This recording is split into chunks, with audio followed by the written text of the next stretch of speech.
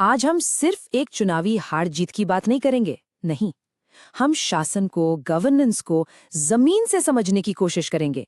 हम आंकड़ों की गहराई में उतरेंगे, लोगों की नब्ज को महसूस करेंगे और एक ऐसा ब्लूप्रिंट तैयार करेंगे जो सिर्फ सत्ता तक नहीं बल्कि सही मायनों में सेवा तक पहुंचने का रास्ता दिखाए।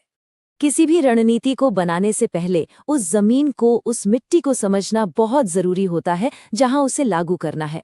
तो देखिए लक्ष्मीनगर को, ये सिर्फ पूर्वी दिल्ली का एक विधानसभा क्षेत्र नहीं है, ये तो शहरी भारत का एक जीता जागता मॉडल है। यहाँ आकांक्षाएं हैं और उन आकांक्षाओं और हकीकत के बीच एक तनाव भी है। यहाँ की गलियों में आपको मेहनत दिखेगी, उम्मीदें दिखेंगी और हर रोज की जद्दोजहद भी दिखाई देगी। चलिए कहानी की शुरुआत करते हैं कुछ बुनियादी आंकड़ों से। 2025 के नतीजे। इस सीट पर कुल मतदाता थे लगभग 2,07,000। वोटिंग हुई 61.08%। भारतीय जनता पार्टी को मिले 52.4% वोट और आम आदमी पार्टी को मिले 43.1%। और जो हार जीत का अंतर था वो था 11,542 वोटों का। ये सिर्फ एक नंबर नहीं है, ये एक बहुत मजबूत संकेत है जिसे नजरअंदाज नहीं किया जा सकता। तो इस संकेत को समझने के लिए हमारा सफर कुछ इस तरह रहेगा। सबसे पहले हम लक्ष्मीनगर की जमीनी हकीकत को समझेंगे, फिर चुनावी आंकड़ों के पीछे छिपी कहानी को पढ़ेंगे। इसके बाद हम इस जनादेश के असली कारणों का विश्लेषण करेंगे। फिर हम वापसी के लिए चतुर्मुख सिद्धांत पर आधारित एक ठोस रणनीति पर बात करेंगे, एक 90 दिन का एक्शन प्लान देखेंगे और आखिर में शासन को एक वादे और एक जिम्मेदारी के तौर पर समझेंगे। तो चलिए शुरू करते हैं हमारे विश्लेषण के पहले पड़ाव से, लक्ष्मीनगर की धड़कन को समझना। क्योंकि कोई भी राजनीतिक रणनीति तब तक कामयाब नहीं हो सकती जब तक वो उस समाज के ताने बाने से न जुड़ी हो जिसके लिए वो बनी है। अब देखिए लक्ष्मीनगर की अपनी बनावट कैसी है। यहाँ की डेमोग्राफी काफी मिलीजुली है। यहाँ सवर्ण जातियां जैसे ब्राह्मण और खत्री हैं, तो वहीं जाट और गुर्जर जैसे ओबीसी समुदाय भी अच्छी खासी संख्या में हैं। इनके साथ ही लगभग 10 से 15% मुस्लिम और 9% वाल्मीकि दलित समुदाय, ये भी यहाँ के चुनावी समीकरण में एक बहुत अहम भूमिका निभाते हैं। और यहाँ का जो वोटर है वो पढ़ा लिखा है, शहरी है और डिजिटल माध्यमों से भी जुड़ा हुआ है। मतलब सूचना उस तक बहुत तेजी से पहुँचती है और वो अपनी राय बनाने में पूरी तरह सक्षम है। और यही इस इलाके की सबसे बड़ी चुनौती और सबसे बड़ी सच्चाई है। आबादी तो बढ़ी, लेकिन सड़कें, नालियां, पानी की सप्लाई, ये जो बुनियादी नागरिक सुविधाएं हैं वो उस रफ्तार से नहीं बढ़ी। इसका नतीजा क्या होता है? रोजमर्रा की जिंदगी में परेशानी। लोगों को ये महसूस होता है कि विकास की बड़ी बड़ी बातों के बीच उनकी गली, उनका मोहल्ला वो कहीं पीछे छूट गया है। अब हम कहानी के उस हिस्से की तरफ बढ़ते हैं जो आंकड़े हमें सुनाते हैं, क्योंकि आज जो नतीजा हमें दिखता है वो असल में बीते कई सालों में बने पैटर्न का ही परिणाम होता है। ये टाइमलाइन लक्ष्मीनगर के पिछले 7 चुनावों को दिखाती है। इन सालों में यहाँ की राजनीति ने क्या-क्या मोड़ लिए हैं, वोटिंग का पैटर्न कैसे बदला है। चलिए इन सवालों के जवाब ढूंढते हैं। इस मैट्रिक्स को जरा ध्यान से देखिए। 2013 के बाद कांग्रेस का वोट शेयर यहाँ लगभग खत्म हो गया और ये वोट सीधे सीधे आम आदमी पार्टी और बीजेपी के बीच बंट गया। हाँ, आम आदमी पार्टी 2015 और 2020 में जीती जरूर, लेकिन गौर करने वाली बात यह है कि बीजेपी का वोट शेयर भी लगातार बढ़ता रहा। 2013 के 28% से बढ़कर 2025 में 52% के पार चला गया। ये एक धीमे लेकिन बहुत ही स्थिर राजनीतिक बदलाव का साफ संकेत है। और ये नंबर 11,542 ये उसी बदलाव का अंतिम परिणाम है।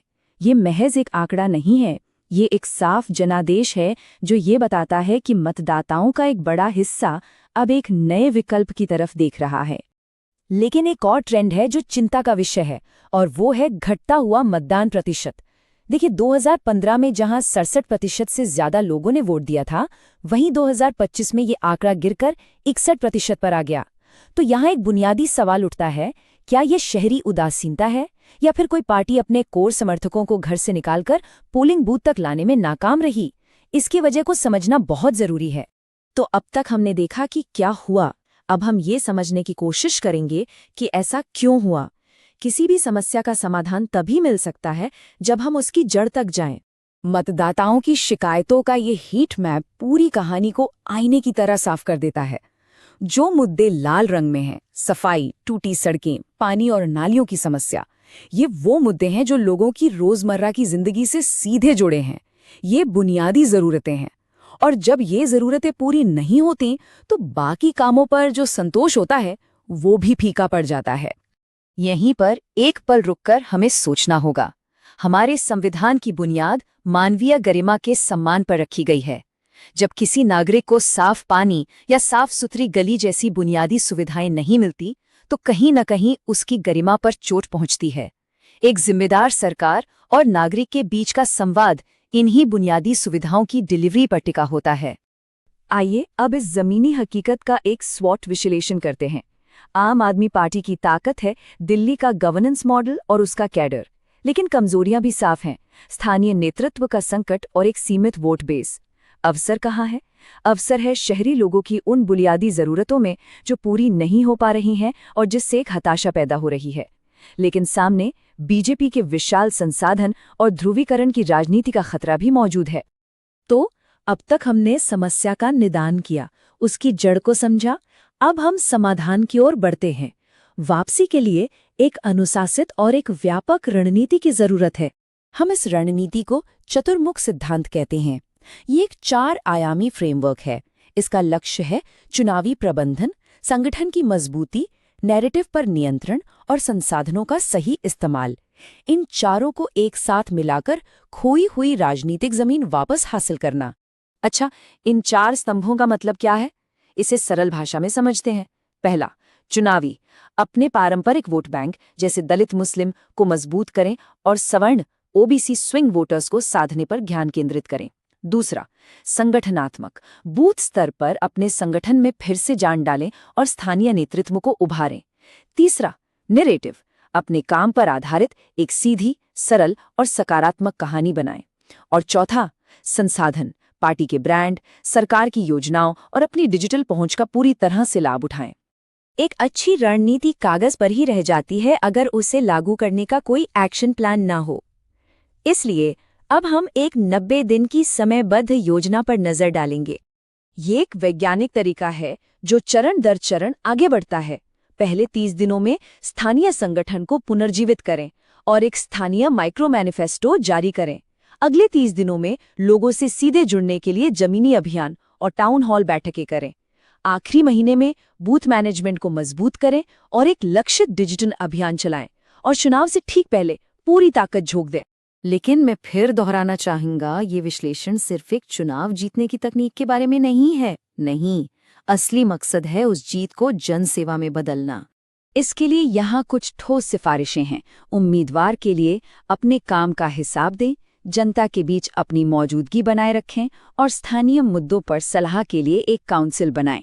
पार्टी के हाईकमांड के लिए इस सीट को प्राथमिकता दें, उम्मीदवार को किसी भी तरह के उत्पीड़न से बचाएं और एक मजबूत स्थानीय नैरेटिव बनाने में मदद करें। और आज के इस डिजिटल युग में एक और जिम्मेदारी बढ़ गई है। जब हम मतदाताओं से डिजिटल माध्यमों से जुड़ते हैं तो हमें उनकी निजता और उनकी सहमति का सम्मान करना चाहिए। भारत का नया डेटा संरक्षण कानून भी इसी सिद्धांत पर आधारित है। विश्वास बनाने के लिए तकनीक का जिम्मेदारी से इस्तेमाल करना अनिवार्य है। तो अंत में हम इस एक बुनियादी सवाल पर आकर रुकते हैं। वोट पढ़ने और गिने जाने के बाद एक नेता उस जनादेश को जनता के साथ विश्वास और सेवा के एक जीवंत रिश्ते में कैसे बदलता है? यही सवाल राजनीति का असली मकसद तय करता है। यही हर नेता की असली परीक्षा है। अगर आप एक जन केंद्रित नेता बनना चाहते हैं और अपने निर्वाचन क्षेत्र का उत्थान करना चाहते हैं तो blueprintstrategies.ai से mg@blueprintstrategies.ai पर संपर्क करें या 08042041602 पर कॉल करें। राजनीति से परे उद्देश्य।